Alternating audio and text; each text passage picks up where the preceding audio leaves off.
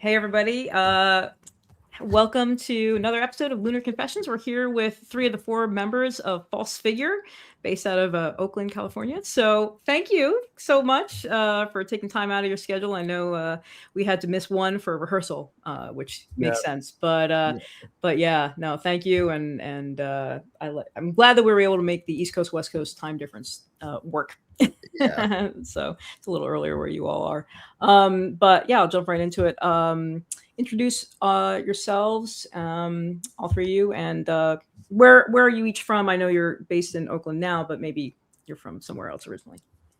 I'm Andres. We're here in Oakland now. I live in I from Sacramento and then Davis, California, which is maybe like 60 miles east of here, not very far. And I've been here in the Bay Area since 2008. Can't leave. Nice. Hey, I'm the drummer. Yeah, I'm from like South Orange County. Okay. I got out of there and I've been moving here since like 2011. Also, never gonna leave. Can't leave. Sure. I'm Kevin, born and raised in Philadelphia, Pennsylvania. Oh, I've been here since like 2009 or 2000. okay. So I might leave someday. Would you might leave? Would you come back to Philly? Probably. Okay. Oh man. Just gonna interject. So I'm in New Jersey, and then Eryk is in Maine, Okay. on an island off the coast of Maine. I always like to mention Yeah. that. Super remote. Girlfriend's from New Jersey. Oh yeah. So and Philly is my city. Yes. So Great. big. Yeah. Amazing scene in Philly. Yeah. But yeah, enough about me. How did you? I should ask all 3 of you. How did you each get into making music? There's nothing to do. Nothing better to do. Yeah, I think for me it was just like that was like the thing that was like brought me the most kind of joy and like this kind of the social setting. I don't know. It kind of takes some time to when I was a kid to find like the right people to play the right kind of stuff that I wanted to play. But it was mostly just you kind of get wrapped up in it just by being around people long enough, I guess. Yep. I don't know. I haven't thought about it. Yeah, I mean, I just started playing 'cause all my friends got guitars and I didn't want one, and started playing keyboard drums for a while. Yeah. On the little Casio, and then eventually got a set and really took to it. So yeah, Nice. ever since. Mm-hmm. I think after I started playing maybe a little later in life than a lot of people I know. I think I grew up skateboarding like when I was in my early teens, and then I started to get into like punk music in Philadelphia, and like a couple of bands like Ink and Dagger, this band from Philadelphia in the late 90s. I saw bands like Ink and Dagger, and there was this band specifically, the first show I ever went to. All the members are in this band now. You know the band Piss Jeans? I've heard of them. Yeah. Yep. They're friends. We all grew up together. Oh, Yeah, and they were in this band at the time, all the same members, called the Ultimate Warriors. It was a wrestling themed grindcore band. love that. First Oh my show, God. they were playing like these crazy fast songs, and I never heard anything like that. I remember just like watching the guitar player's hands, and I didn't understand. But that's really sick. And then they got attacked by rival wrestling squad mid set. All these guys came from the back with light bulbs, and they stopped playing music, and it turned into breaking light bulbs over each other and wire batting each other. It was still to this day the best thing. Wow. That's insane. That's an amazing origin story. I love that. Like after seeing that. Yeah, I was like, I want to be involved. Yeah. Before that, I was like, I think my first real concert was like Bush in this arena outside of Philly in like 1995. I didn't know, and this show was in a fire hall in New Jersey too. Yeah. It's like I can't believe there's like 20 people here, and this is sick. And there's no stage. I remember being like, I want to be involved with this. But, Yeah. The best, most life-changing shows are usually like basements of churches, or somebody's just actual like cinder block basement. You know what I mean? Grew up Basement shows are the best. Lived in punk house basements, the whole deal. Yeah, yeah, absolutely. So what would you say are some of your musical influences? I feel like I answer that one the most. I want to pass it to somebody else. I want to hear what your guys' answers are first. But you didn't say it on camera, though. You didn't say it on the record. Okay. You can just real, True. like. True. Well, I think I can collectively say we probably all have, the band all has like a lot of similar interests. There's a big Kurt poster on my wall. Yeah. I think that, we don't sound anything like Nirvana, but I think that they kind of embody this, like, I don't know how to describe it. Like, you'd say, like, just like total disregard, or maybe just like this, like, loathing of music world and money, and like the kind of the way that it's all kind of rolled into each other, into this like super inauthentic way that like which like kind of, that's the path forward, right? Like that's what they're, and that's what ended up ultimately like eating a lot of, Kurt's soul, arguably, what people would say. But I think sonically, like, I'm getting too far into it. No, it's all valid. Sonically, Robert with great fucking voice, I guess. Great guy. Honestly, I really love The Cure. I love a lot of her late 80s 4AD Cocteau Twins guitar stuff is really jangly. A lot of French Cold Wave is kind of where we're at. A lot of Spanish post-punk. But I think we all kind of came, specifically for me, this isn't the genre that I kind of was specifically always into. Mostly just general, the punk and hardcore world is where most of us kind of got thrown into music. A lot of us probably got thrown into music. That's at least where I kind of came from. Still kind of try to be there where it feels a bit more safe, more comfortable. Okay, Amy. I think I kind of come from a slightly different like background with more like noise rock and stuff. I mean, I was in Moira Scar when it was like the first band I was in Oakland, which noise rock. I mean, noise, no wave. Kind of more experimental stuff. But also have been really attracted to like Cocteau Twins and Killing Joke. A lot of this has been in the mix of what we're doing. Nice. Oh yeah. I still have a lot of the same influences from when I was talking about earlier, since I was 14. I was really into this band Ink and Dagger. Yeah. Their guitar player, who became my close friend, blew my mind. Whatever he was doing was like very anti-punk and hardcore at the time. Like just super technical and all over the place. I was really into Unwound, Polvo, stuff like that. Really weird guitar stuff.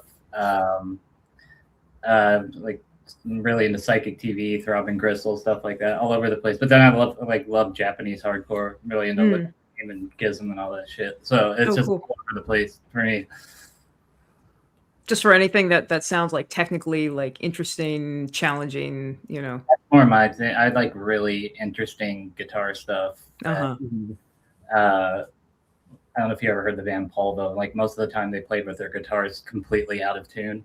And they could never play the same songs twice. So if you ever hear the live recordings, the Merge records. If you hear their live recordings, the songs are like completely different sounding, even down to the lyrics. Like they change the lyrics. So good. That's really good. Every time you see them, it's like a fresh experience instead of listening to the songs on the record. And the shit like that really interests me. That's awesome. But I also love just standard, or I also fucking love Warzone and the Cro-Mags too. It's like all over the place. I like I love Youth of Today. Yeah, New York hardcore is always Yeah. going to be like I don't know, hard to put down. You Yeah. can't get over it. It's like, yeah. Mhm. Yeah. So, as long as what I was looking at was correct, your last album came out, what, 4 years ago? So, how long was your most recent one, Incarnate, like, in the works? How long was it in the chamber? Like, man, like maybe Mm. a year or something, year and a half. So, like, what happened in 2022? So, what happened with Castigations is we were kind of getting ready to record a lot of those songs in like we had booked studio time in April of 2020. Mhm. We all know what happened in March. Uh-huh. And so we had kind of went on hiatus for like 6 months or longer till we were like, whoa, when are we going to be able to practice again? And then in like January, February that year of 2021, Alex, our old bass player, was like, hey, me and Brianne are moving to Portland. We're like, well, great. Well, let's figure out this time to record this thing so we can. While we can, we hit up our friend Greg Wilkinson, who does Earhammer Records or Earhammer Studios over here in Oakland, and he was tracking bands live at Great American. So we hit him up for his availability. He's like, hey, I can squeeze you in April. I'm trying to get through all the bands that I had booked previously, but I'll get you guys in on this week. And I was like, cool, let's book a few days. So we tracked everything in Great American Music Hall, and he had all these crazy mics set up everywhere. It was a really, really cool experience. And Alex moved, I think that was like the end of March. Or no, it was probably the end of April. And then he left in May 1st was his first month out in Portland. So yeah, we had, and so that's record we finished mixing like a few weeks later. So from like summer of 2021 to like just November 2022, that record just sat. There was a bunch of production stuff at pressing plants all over the world. There was a huge queue. Yeah. And then finally came out, and then we had to book a record release show, but we didn't have a lineup, so we hit up our friend Dylan, who was with us for a year.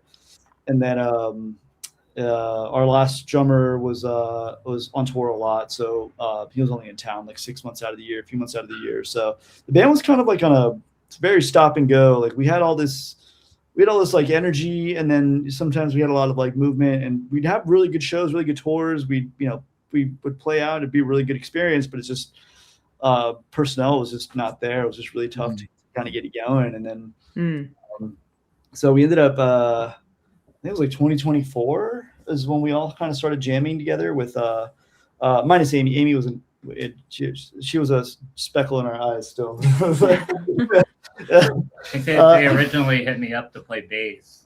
Yeah, Kevin was going to play bass initially, and then I couldn't learn the songs in time. Yeah, we had a show. I'd gotten hit up to book a show for Contra Void and Buzzcall. They were doing a tour together. Oh, big show. Yeah, it was a cool show. And I was like, oh yeah, shit. We'll just get Fuss Figure on that. That'll be a show for us. Yeah. So we hit up Keenan to open up for it. Sorry, we hit up Keenan like 2 weeks before because he's like this.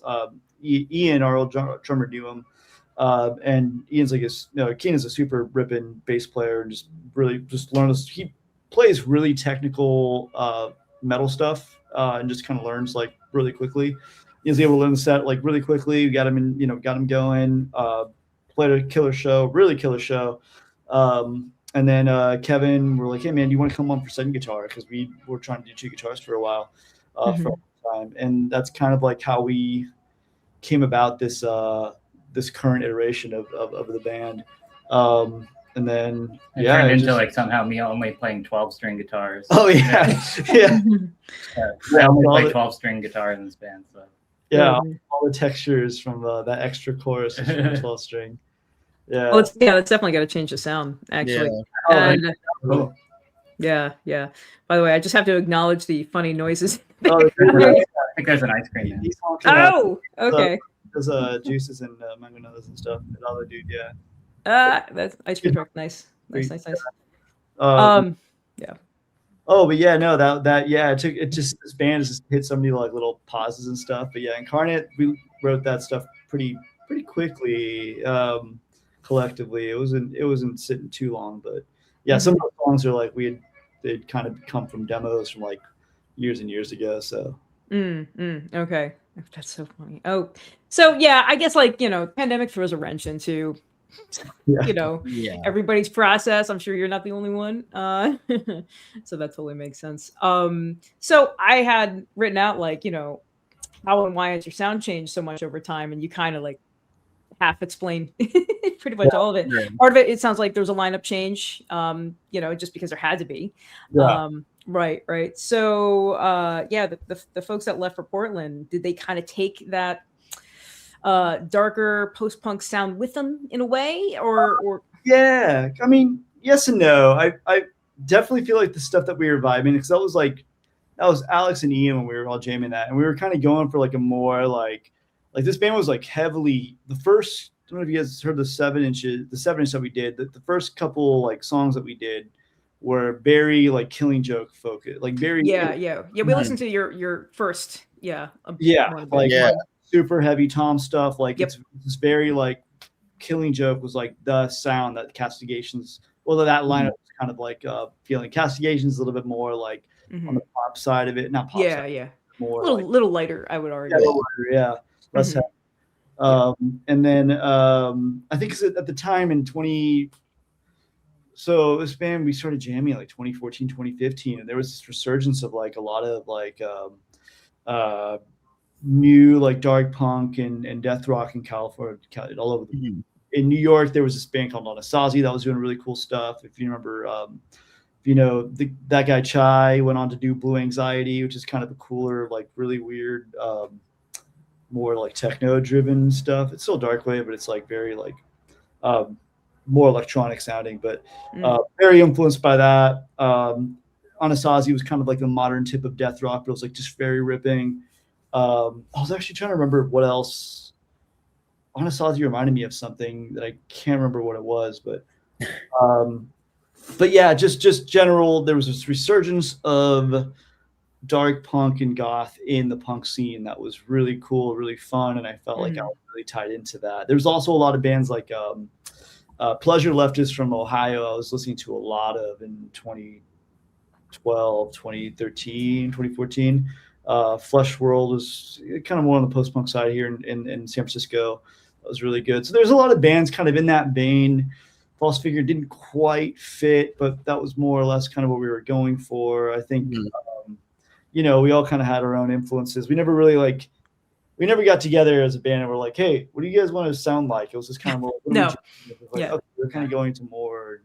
And then Castigations was kind of a departure from the EP, the Promised End EP, where that was kind of like the first two tracks were kind of the end of an old era, and the latter two tracks were like the proto tracks to this sound to what Castigations ended up being. So yeah, it was a cool. I mean, I feel like as people, we all kind of evolved, and as a band too. It's but I hear you. It's a completely different sound, completely different band. So yeah. On that mark, I feel like we're almost kind of like reinventing ourselves, and like all this progress is kind of lost because now we're new. You know what I mean? Like, yeah. I don't know. Yeah. It was funny, yeah, because when we were doing a little bit of research, I was listening to the first album and I was like, right, this is the same band, right? You know? Yeah, exactly. Like even the vocals, Oh yeah, it's completely different. Completely different. Right. Sorry. Oh, apologies. Apologies. Yeah. Cameo for my cat Pixel. Yeah, I'm gonna try to make sure she doesn't step on the keyboard though, because she would totally do that. Yeah, actually, so along those lines of evolution and the sound and everything, has that brought any challenges or advantages? Because I would imagine, there's some crowds that they like a sound, and then there's a different crowd that likes the other sound. You know what I mean? Like I would think post-punk / shoegaze. There's tons of overlap for sure, but I don't know. Yeah, I mean, totally. Like I feel like a lot of the progress we made, or like inroads we would have made with some people that liked our old sound, maybe don't really quite like this new sound, and then vice versa. Like we had a few shows, kind of bigger shows recently where we didn't have before the record came out, and we had sold our old records, and I was kind of telling the people we had played this really fun show with Wang Chung from. Oh, I saw that. I was looking at your Instagram. It's like, holy shit, you opened for Wang. Yeah, and I was like, well, this is gonna be a weird show, but we went to, it was at the Guild Theater in Menlo Park, and that place rules. That place is incredible. Our friend Shayna was actually the monitors person, so that was like a nice surprise. We walked in there, we're like our buddies there on stage, and I was like, cool, awesome, this is gonna be a great night. Yeah. Yeah, we had a great, insanely great reception. You know, the median age in that room was like 55. Oh, sure. Yeah, I would imagine it skewed way older. Yeah, but everyone was like super cool. There's a point like between our songs, between songs, people just finished clapping, and this one lady in the back saying, "You guys are really good." Oh, you're a really good man. You kids are so good. And it was like, wow, it was like dead silent, but it was so funny, and it was really good. And oh my god! So yeah, we were selling a bunch of stuff that night, and I was warning people like, hey, look, all the songs we played tonight are not out yet. They're not on this record, but still our old sound. If you're into like, I don't know, like where we was like TSOL, or like this woman was like an older. She's like from Southern California. She's like, yeah, I grew up with the punk in the '90s in Southern California. Like I'll like your old stuff. Don't worry. Just give me whatever. All right, cool. You know, she's like an older, gray hair, like really very well put together. But it's like, okay, like I trust you. That was 40 years ago. So yeah.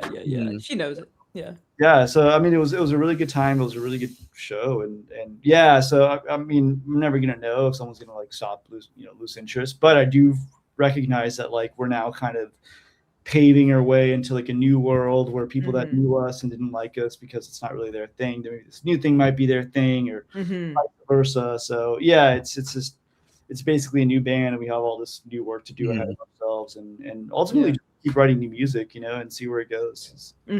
Yeah. I know. Like looking at some of the bands that you opened for in the past, like your old stuff would match sonically more, and now I'm like, you know, like you could open for like Slow Dive or something, you know. I'm just thinking, you know, just I don't know, sonically more matched, but I don't want to obviously, you know, you want to stay fluid though. You want to keep all of your options open. You know what I mean? You don't want to pigeonhole yourself. Yeah, we still got, so we played with our one of my good friends played in this band called Stormcrow, or a couple friends played in this band called Stormcrow from Oakland.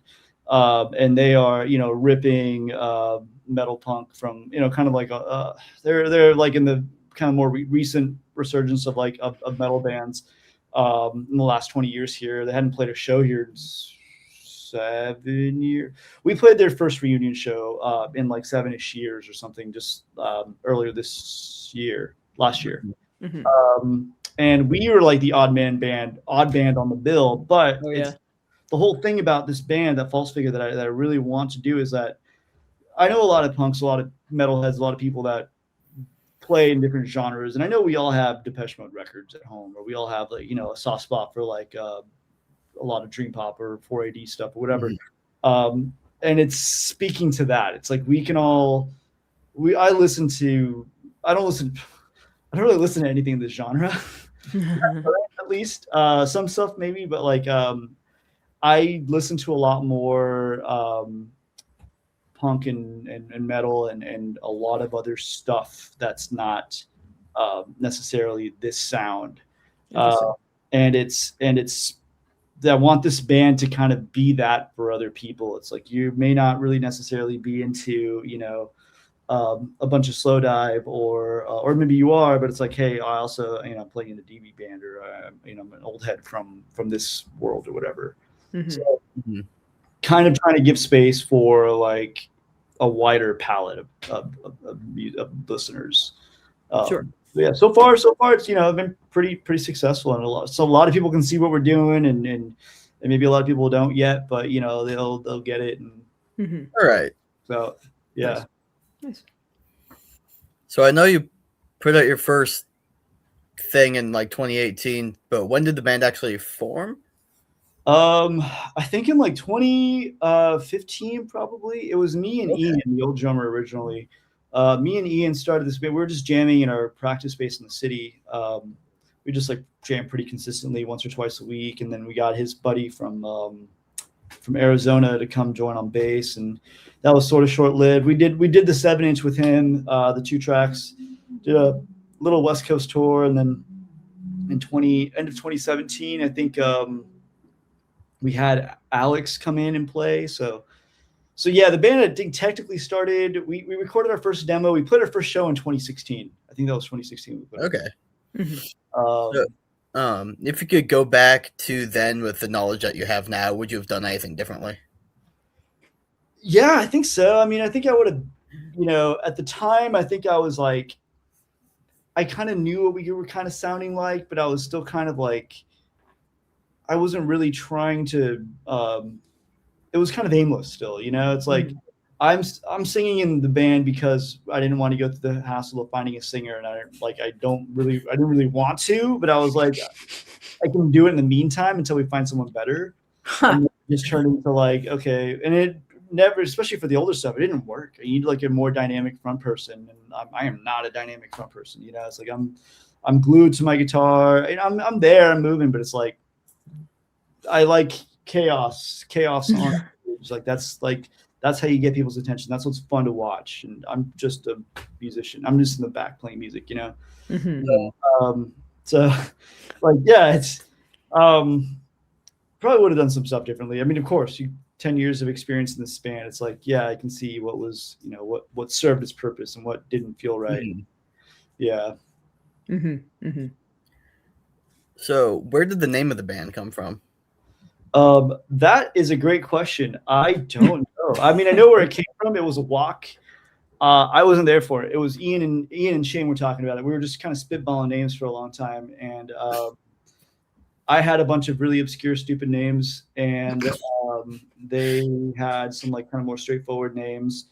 And Ian or Shane, one of them, I think it was Ian, had said false figure, and we're like, it's all right. I don't like the S much, but I was like, it's got alliteration to it. Yeah, we'll stick with that. It's like, show up, we got to pick a name. All right, false figure it is. Boom. Yeah. That's how it goes. Yeah. There you go. It's the best you can come up with. I think it's a good name. It rolls off the tongue, it looks good. I don't know. Yeah. Alliterative, like you said. So you kind of mentioned some of the, some of the shows that you opened up before. Do you have any upcoming shows booked right now that you can talk about that have been announced? We just put a record release show here in Oakland, in Berkeley. We are doing a couple weekends, little West Coast tour, because touring the West Coast is brutal. We're doing 3 days up in the Pacific Northwest on May 7th, 8th, and 9th. Okay. Friday, Saturday, Sunday. Sorry, Thursday, Friday, Saturday. Thursday, Friday, Saturday. Wednesday. Oh, we're driving up Wednesday. We play Thursday night in Portland, May 7th. Play Friday in Tacoma, and then we're playing Olympia on Saturday night with Gobs and Odor Eater. We're playing with Nick's Division in Portland on the 7th at Coffin Club. That's going to be a really fun show. Ooh. Tacoma, I think it's still kind of working out. That was a tough one. It's been really hard to book. There's no venues. Pandemic and current economy, everyone's going broke, and all the DIY spots are booked out forever. Just can't, no bands. It's hard, rough times. Then we're playing the following weekend down in LA at UFO Club, and then that's a Friday. Friday. 15th? I think it's the 15th, yeah. And then Saturday the 16th in San Diego. So, okay. 5 days, little package, small show run, but yeah, we'll do some more. And then we're playing has not been announced yet, so I can't really say that yet. Oh yeah. Don't say anything. It's not going to be published for like a week or so, but who knows? So. Yeah. It will be playing in the East Coast in Pittsburgh. Oh, okay. In August, if you know what that means, if you're one of the few listeners that maybe knows what happens in Pittsburgh in August, we'll see you there. But yeah, we'll do a little West Coast or East Coast. Sorry. Give you a hint. It's a big punk fest. Oh, nice. Okay. Part of the body. Anywhere in my neck of the woods? Part of the body. Okay. But yeah, we will be playing. I think we're still trying to figure it out. We'll be on tour with New Skeletal Faces from San Diego, who are old friends who sounds like the old version of us. We don't quite like that anymore, but they're fun, nice. They're homies, so I'm actually looking Mhm. forward to getting in the band with them. It's gonna be really fun. Yeah, I think we're starting up in Boston. So Okay. Boston, New York. I think we're trying to do 3 or 4 days. So yeah, Boston, New York, Philly. Where you at in New Jersey? Kind of like closer to Philly, like Trenton area, but like, if you come to QXTs, that's like an hour for Do you know me. anywhere in New Brunswick? Oh yeah, New Brunswick. I haven't been to any shows there in a while. I think all the clubs I used to go to are closed. Yeah, that's like I heard like the place where they do hardcore shows sometimes. But do you want to book a show for us in Jersey? Yeah, I wish I did. I have more contacts in Philly than in my own home state, which is so sad. Yeah, Philly's kind of hard right now too. I think Photo Club was like the last place. Yeah, they just closed. They Yeah, closed, man. Yeah, Jim is like he's been holding it down for a really long time. Really, I sweet. know. I think they just couldn't make the math. You know what I mean? Like, I was bummed out. I saw like a model actress there, like first time, and a bunch of other like smaller clock serum and everything out of New York, and like that was a cool venue upstairs. The floor lights up. Yeah. So, so yeah, I think there's a huge hole right now in DIY spots. A couple of friends over there were just talking about it, and we'll see. I mean, the First Unitarian Church, the basement. I mean, like that's cool. I mean, it's bigger, but jump for wherever. Right. Yeah. Anyway, please. Right. Yeah. Every show that changed my life, I saw at the First Unitarian Church. Nice. Yeah. I'm trying to think. What are like small? I mean, like there's Milk Boy. There's got a show coming up, and Kung Fu Necktie coming up soon. These are smaller clubs. Johnny Brenda's is pretty tiny. That do shows in South Philly. Yeah, Cousin Danny's was a spot that I think we played. Yes. From the corner from there, yeah. Yes, they just reopened under a different name. I think they're Nikki Lopez now. On South Street, right? Or is that something else? I don't know. I've been down to the loop for stuff over there for a while. But, I got some people to hit up too. I don't know if you guys know the Ire, their old band. Yes. Really, yeah. So Daniel, Yeah. they have a new band called. Oh my god! I just fucking saw them. Last time I saw them was at the Dolphin, but yeah, they broke up, right? Extradition. That's what it's called. Extradition. Yes, Extradition played at Photo Club with Clock Serum and I'm trying to think who else. But yeah, I saw Extradition recently. I'm trying to think. Yeah, I can't remember where it was, but I think it might have been Photo Club's last show. Yeah, I think I remember seeing like the flyer for that like a couple of weeks ago or a month ago. Yeah, was, yeah. I know. Yeah, it's a hard time in this country right now for shows. It's rough. I mean, I will say I'm spoiled for choice though in my region, and I mentioned your region too, same. But like anywhere near LA or New York City, but it's tough for all the points in between. Yeah, I imagine. Yeah, even in LA, man, it's just like kind of deal with this thing now where it's like called the LAification of the music venues, where like everyone wants like 50% of the doors. Like, bro, like this touring band's like spending $300. No. From here to like the next stop is Portland. That's a 10-hour drive. Like, oh Jesus. Yeah. So. Yeah, and like gas is not getting any cheaper, and yeah. It's getting worse when we go on tour. Oh God, I know. At least East Coast cities are like close. Yeah, you know what I mean, like it's just like an hour or two between a couple major cities. Yeah, exactly. Oh, I know. Touring is bullshit. So okay, actually, this is perfect. Next question is, what's your, aside from all the bullshit, like what's your favorite part? Like what do you like about playing live? Like what's obviously if you can get past all the money and shit. When that like person in the crowd just says, "You're a really good band." That's like, you're really good. You're a really good band. Yeah. I think it's like, I'll let you guys answer. I feel like I've been talking too much, but yeah. This question is for everybody, actually. Yeah. When you have people that like don't look like they usually would like, or when they tell you, it's like, I don't usually like these bands or whatever, but like you converted me or whatever. It's like that's always a feeling when they're just that's like a nice win. Yeah, that's like the highest compliment, I guess. I don't know. What do y'all think? Why do you still do this shit? yeah. I'm not sure. I don't know how to do anything else. Yeah. Yeah, I mean, for me, definitely, like, whenever I hear, like, a younger, like, trans person, like, tell me, like, get really excited about it, and, like, was really excited to see me or Mhm. one of my other bands playing or anything. That really was like is what like keeps me like, okay, I'm gonna keep doing this for I love that. yeah. Foreseeable future. Yeah, yeah. I mean, a lot of There's you know, not very other many of musicians. us in the scene, like in the bands, right? I'm also trans. That's why I said us. But Yeah, it's like I mean, especially in the Bay Area, I feel like there's more now, but Yeah. yeah, it's not as A many lot of as people are like moving here, yeah, getting out of horrible situations. yeah. Yeah. And I know a lot of musicians just do it because they can't not. You know what I mean? That's what we've heard other musicians say, like, well, why do you do this? It's like, because I have to. Yeah. You know? Yeah, yeah. 100%. I mean, I feel like if I didn't have this as a creative outlet or music, I'd probably be in a lot of trouble. Uh-huh. Yeah. With Right. I'd be in jail. I'd be, like Absolutely. mhm.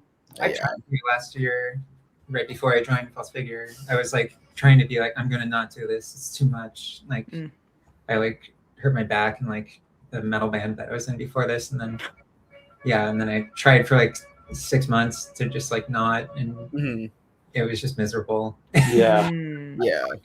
Just no fun. So then they hit me up. They're like, hey, you know how to play drums, right? You want to learn some songs real quick? Actually, yeah, Amy, like, we had our first practice with Amy. So, like, we played to a drum machine for a while, and the whole record's like this drum machine that, that's why the drums are not as good as they should be. Amy came through and, like added some fills that were like, oh, yeah, fuck, that's so smart. Why didn't I even think of that? And like brought so much dimensions like to these songs. I was just like, yeah, it was so necessary and so sick. And this is why human musicians are better.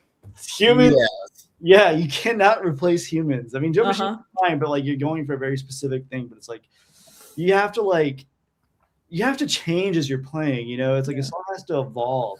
On a drum machine, it's just like you have to think about it first and be like, oh, I'm gonna go back and now change the speed a little bit. It's like, okay, but it's right.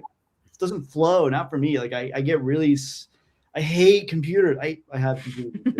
I hate doing that. I hate working on computers and stuff. I don't know. It's not easy. It's not the same kind of flow as like just like jamming with people that you get along with, or like you guys have like we jammed some stuff last week. We're about to go into practice and jam another one, but like, man, with the stuff that we're coming up with, like, let's just put it this way, like a lot of the early demos for songs you hear on the record are stuff that I came up with, and the stuff that I came up with, I was like, this is kind of okay. It has some promising stuff, but like when we got together and actually jammed it out and wrote it, it just like took on a new dimension and sounded so much better. So now we're just trying to like really like move forward on that with this lineup and like make real human music through like all of us. So yeah. Good. Cool. Yeah. So for each of you, what would you say is the most difficult and the most rewarding part of being musicians? So I guess we can't talk. I know we did touch on like a lot of things. Yeah. So I mean, unless there's anything that you can think of like that you haven't already. Money aside. Yeah. I mean, I don't even know what is the most challenging part about it. Like, I think the weekly practices are kind of hard. Like, I'm a morning-ish person, and like, Amy's working. You work till like 5:30 these days, so yeah, she's got like a different schedule. Kevin gets off. He gets off work pretty early. Yeah. Okay. Yeah. Okay. Yeah. So I'm trying to move towards, and I have a really fluctuating schedule where I work at several different jobs, but I'll either be working like a shit ton and have zero time, and then I'll have like my burnout period where I get to just like fuck around and try to get my life back together, and then vice, back and forth. So we can keep practices pretty consistent, but it's just getting 4 grown adults schedules to line up is that's fun calculus right there. Right. Yeah. And it's even harder. Like I know bands that like somebody has kids or people move, whatever. They get a job, and I don't have any free time anymore. Yeah. No, keeping it up. Logistical shit is probably always the biggest challenge outside of just like the price of gas or something. Right. Yeah. moving crap around constantly. Yeah. Oh yeah. Just the physicality of just like, oh god. Set up drums every practice. Yeah. No, we have a Yeah. shared practice space. Like there's like 14 of us in there, so you gotta break down the drums. Be courteous. you know. Yeah. Mm-hmm. But yeah. Operating within the punk world is just an incredibly losing endeavor with money. I've never Oh yeah. played in countless bands in my life and have only lost money my whole Mm-hmm. time. What about Super Unison? You need some. I was in a band called Super Unison that put out a couple records on Death Wish Records that I'd say, I mean, I only made money because somebody else was paying for, but it was like very minuscule. Yeah. money. Yeah. Even then, You yeah. I'm making money, considering what I paid to maintain playing, being in a band, I still lost money. Yeah. I don't even want to do the math on how much money I've lost. Just valid. Yeah. At one point, you don't want to say like, it's not about the money; it's for the love. The drive or whatever. I mean, hell, us, Eryk and I only lose money on this. There's so much into this; it's ridiculous. Yeah. I hate sitting and think about it. Yeah, I don't even think there's any money goal to even shoot for anymore. There's really no industry anymore. Exactly, so it's all facade. Maybe at one point you can say, oh, maybe that's the goal and we'll get there. I don't think that's even an attainable goal anymore. And I mean, that's kind of way. So we put this record out ourselves. Me and Kevin financed it. And it's like kind of a lot of money, not like a huge scary amount number, but like two of us, we're doing all right. We put it forward and we're trying to make our money back. We made some pretty, we sold a lot of records so far. We're not quite anywhere near close to sold out, but learning how to distro shit and like getting some, contacts through mail orders and stuff. And just trying to do, that was the whole side of the world of like music stuff that I'd never really understood. I've done everything else, but like, this is kind of the last little like frontier for me. And I have an attic. My roommate runs my house and she's fucking great. So I got like a really affordable living situation and all this. That's good. I got a great space. So I have a little zebra printer right here. I don't know if you can see it. I have my best friend here. Shit. I got from a friend for free. So I figured it out. I figured out the shipping stuff and I've become the mail guy. I just really wanted to, I'm super into, if you can do it yourself, man. It's just really fucking important for yourself. Otherwise you're paying somebody a lot of money for, sometimes it helps to like pay, someone for contacts. It's like, hey, we got our guy, William. Yeah. Sure.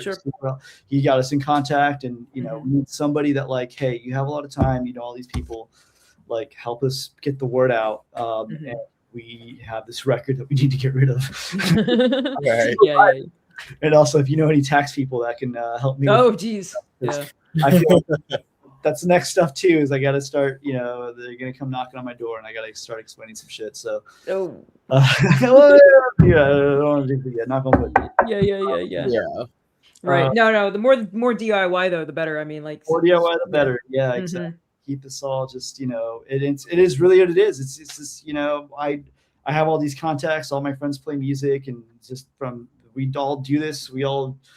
I wouldn't say we really choose to do this, but we're ground to it now. It's like, this is just all this is what we need to do. It's like, there's nothing else in life that can like really kind of validate our existence. So it's like, we have to play music, unfortunately, for that means. And, you make all these contacts and you hit people up for shows and stuff. And it's like, oh, we don't need a booker because what are they going to do? They're just going to talk to another booker that's just like, look up bands on the internet. And so I don't know, whatever. I'm not trying to fight anyone's work, but it's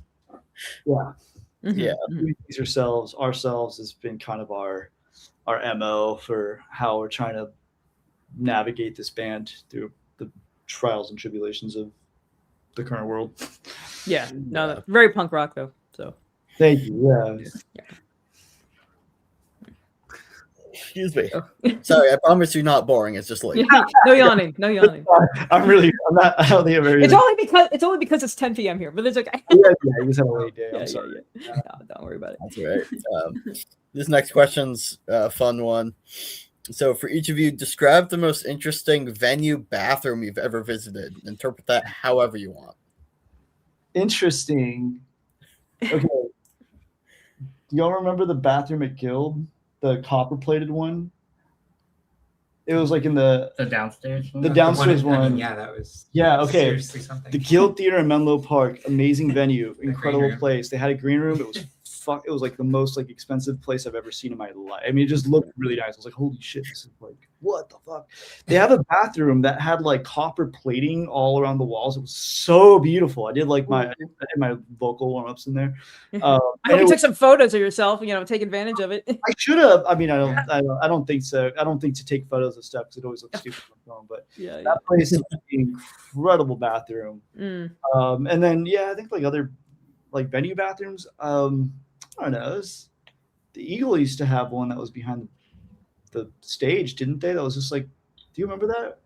What am I tripping? What was that spot? The SF Eagle? I don't remember. I'm remembering a spot. I'm remembering a place. I don't remember where it was. I think it was the SF Eagle, but I may be wrong. Where there's this, it was the Eagle's bathroom was just to the right of the stage. Where it was like the stage, and there was a door, and it was a toilet. Yeah, that was kind of cool. Yeah, that's usually how it is. It's just like just boop right. Yeah, just toilet there. That one's cool. That's kind of it. I don't know. Yeah. I don't know if you have any stories, like any basement shows that you've gone to where the bathroom is just like. Actually, I went to. We played this. This wasn't False Figure. I was on tour with another band, and we played this house, and the bathroom was just a hole, like a huge hole. It was basically a trough, but not really.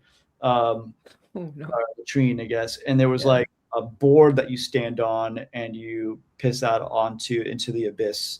And it was that night. Oh my god! It was pretty. This was in the U.S. This was like in America, like a squat, and I mean this is like a normal squat somewhere else, but like this is like the U.S. Someone's house. This is actually this is the place I'm thinking of. It is. There's this place in Santa Ana. This very legendary house that doesn't often have shows, but we were on tour. I was on tour with this other band, this D-Beat band at the time, and we were playing with another D-Beat band from one of the members is from Scandinavia. Negative. What's Daniel? Denmark. I can't remember where he's from. This band Kriegshotter was his band. It was half all LA people and then him singing. And he was living in LA at the time. So it was this very big deal, big cool show that we were on, and this house had it, and it was cool DIY spot, all ages spot. So like just all these kids there. The place we played in was like this little like kind of like off room off the garage or something. And it was tiny. It was like a tiny like closet basically. So the band took up like 3/4 of the room, and we were playing basically like. I was turned around to my amp, and because we wanted to not have the stack fall over, and the drums kept getting the cymbals kept getting knocked over because all these kids were throwing themselves at people. It was great. It was a really cool show, but that bathroom was probably one of the more memorable ones, I think. You toured Europe. I don't know. Either of you guys toured Europe? They had some cool squat bathrooms. Squat bathrooms. Yeah. Oh wow. Some shit. Yeah, I used to live in a record store here in San Francisco. Oh, dude, yeah. Called Thrill House. I lived in the actual record store, like above the entryway. Okay. And it was also a venue. They still do shows there. Yeah, in the basement. Yeah, in the basement. But I remember they had just had a shower stall in the toilet in like the back of the record store to the right. So there'd be like customers, or if there was a show going on, there'd be people walking through the store enough, and I would be like taking a shower and walking through with a towel. Or there's just people walking, or there's someone like taking money for the show beside me because it was just right there. It's oh my god, situation. Yeah, there's no walls. It's just all there wasn't. They redid the store since then, but it used to be they have very wacky. They have a bathroom now, and I remember thinking to myself like, this bathroom wasn't here before. No, it was. Yeah. Wacky. It's a very nice sized bathroom too. Yeah, it's completely redid that, and the whole second story is like gone. I mean, when you're living in a broom closet above a business that's functioning as you're trying to sleep. Oh Jesus! The bathroom situation. Business is a loose word. Yeah. I mean, they're doing a good job now. Like they're still around. He owns a building. Yeah, they must be doing something right. Yeah, definitely. Yeah. I mean, Fred owns a spot. He owns a building, and he's doing. He runs a venue here that's really good to Yeah. punk bands called the Knockout. Yeah, Knockout is great. One of the Okay. few punk bars in SF. And, it used to be kind of in the heart of where everyone lived, but everyone got priced out. So it's been kind of a trend to go out there now. But yeah, great spot. Fred, loved that dude. Just very solid guy, very core. And Zoe too. Him and Fred and Zoe started Thrill House back in 2008 or something. Yeah, so he must have. Yeah, he moved in like right after the first couple of years. Yeah. Yeah. Awesome. Yeah. Different venues. Yeah. may or may not give a shit about how people give a shit, but I'll just say it all depends on how much money they really want to like sink into the. Yeah, I've been to some questionable places, as you can imagine, Philly, out of PA and all of that. Yeah, I don't know how old you are, but when I was younger, one of my first bands, we played CBGBs when they were still around. And that bathroom, was legendary, but it really was. Yeah. We've seen pictures. Yeah, we've seen pictures. I think that bathroom has come up in every conversation. Yeah, is it like a toilet on a cinder block or something? Yeah, just like if you were taking a shit, you were just like elevated. It was like almost like a drum riser. Yeah, you're on a pedestal. And then there's like two like urinals. So if you were taking a shit, you were just like literally when people walked in, you were just there. Elevated, and it was disgusting too. I don't even think there was a toilet seat. It was just really nasty. Yeah. Toilet seats are But I don't think it was for really. I don't think it was really for going to the bathroom. No, it was more for show. That's what drugs have been doing in there. Apparently, oh Jesus, pop, fuck Debbie Harry in there. Oh God, yeah. I'm sure it's about the stories. The least cool thing. Yeah. What are you doing on the bench? Yeah, exactly. It's so gross. Jeez. Oh my God. Wow. So we're gonna wrap this up a little bit, but before we do, do you have any message for anybody who watches? And again, this question is for all three of you. Just for maybe other musicians or just people who fans, anything, be a message to anyone about anything. Yeah. Good luck. Yeah. Oh, thanks. Do it yourself, man. Like if you're gonna do a band, just try to do everything yourself. Don't, I get it. Everyone's trying to play Coachella, whatever, but it's all fake. It's all fake. Yeah. Money, you won't make any money. Might as well do it. Be yourself while doing it. So just be yourself. There we go. Good message. Good message. Yeah. Anything, Amy? Any words? Life lessons? I know nothing. What would you say to future Amy? Baby Oh, yeah, there you go. Baby Amy? Baby Amy. Or past Amy. Yeah. Past Amy. Yeah. I would say to keep doing it. There we go. Lead you to where you want to go, I guess. Yeah. Don't give up if everybody else is just like, oh, what do you wasting your time for or anything like that. Yeah. Do it because you have to. You know? Don't go looking for money or anything like that. It'll never happen. So right. Yes, no money. Yeah. No. Yeah. Have a day job that you can live comfortably on enough, get by, and then figure everything else. Exactly. Work to live, don't live to work, and then yes, write some riffs, and it's like you have a laptop, you have an Apple laptop, you can do GarageBand. That's what I did with all these songs. So yep. it's you can always play music. You'll find a way. Yeah. Music finds a way. I love it. I wish that Keenan was here because we're missing his commentary. He's super funny. He's like the bass player who's not here right now. Greatest fucking dude. Yeah, next time we'll get him. He's total sweetheart, but nice. That's fair. All right, and the last thing we've got is what social media are you guys active on, or people can? And where can people find your latest record and all your stuff? You can find our record on Bandcamp. We don't have a website, but Bandcamp is pretty solid, and you find all our stuff there.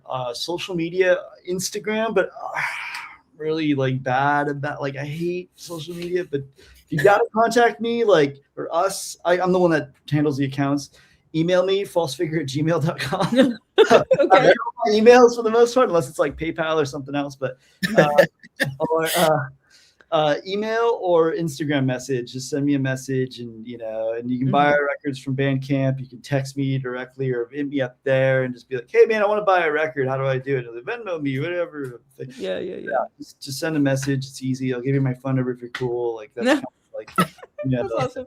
I tried to keep things as like straightforward, as simple as possible.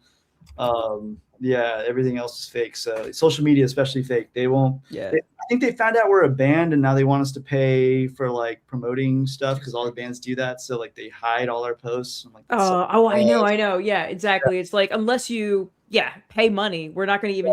You're not even going to be on the same. Exactly. We're not field. a business account. We're a personal account. I learned that trick a long time ago, and I was telling friends about it. But yeah, it's just gotta play their game, unfortunately, and I'm trying not to. But it's just if you want to find some stuff where we're playing shows, I'll announce it on Facebook. Instagram. Instagram. Thank you. Instagram. Yeah. Facebook. Yeah. And I know that because like I prefer Instagram, and I was looking. It's like, oh yeah, you've got all your tour posters and everything on there. Yeah. You know what I mean? So. Which is helpful, you know what I mean? And I think I saw that if most of our audience wasn't on Facebook, we probably wouldn't be there anymore. So not a fan. Yeah, if we could just do Instagram and YouTube, that's it. Yeah, exactly. Yeah, YouTube. Oh man. Oh, we're on YouTube too. I guess we get to put all music videos there. So yeah. There you go. Dude, I'll see the message in 2 months, but we have money. All right. Cool. Awesome. Well, thank you again. I'm sorry that fourth member couldn't join us, but that's all right. That's all right. It's all good. Well, next time, we'll have we'll have you back on. Yeah. But thank you guys for having us. Super fun. It's cool to hear. I'm glad that we have like a small world, and some extradition folks, and hopefully we'll see you up in East Coast in August. Yes. We'll announce that tour kind of soon. We're wheels are turning now. I was texting Dawn about it today. So okay, awesome. Yeah. No, I'm hoping I get to see you in Philly or Jersey or New York's a pain in the ass. New York's expensive, as you know. Yep, expensive. I might be able to finagle a show there too. We'll see what happens. Yeah. Brooklyn's got some amazing venues though, so you should go to Brooklyn for sure. Yeah. All right. Well, thank you again, everybody, and cool. Yeah, we're gonna go write some songs. Nice. Next record. Perfect. All right. I'm Angie. Hi, I'm Johnny. We are Dead Cool, and you're watching Moon Burns Productions.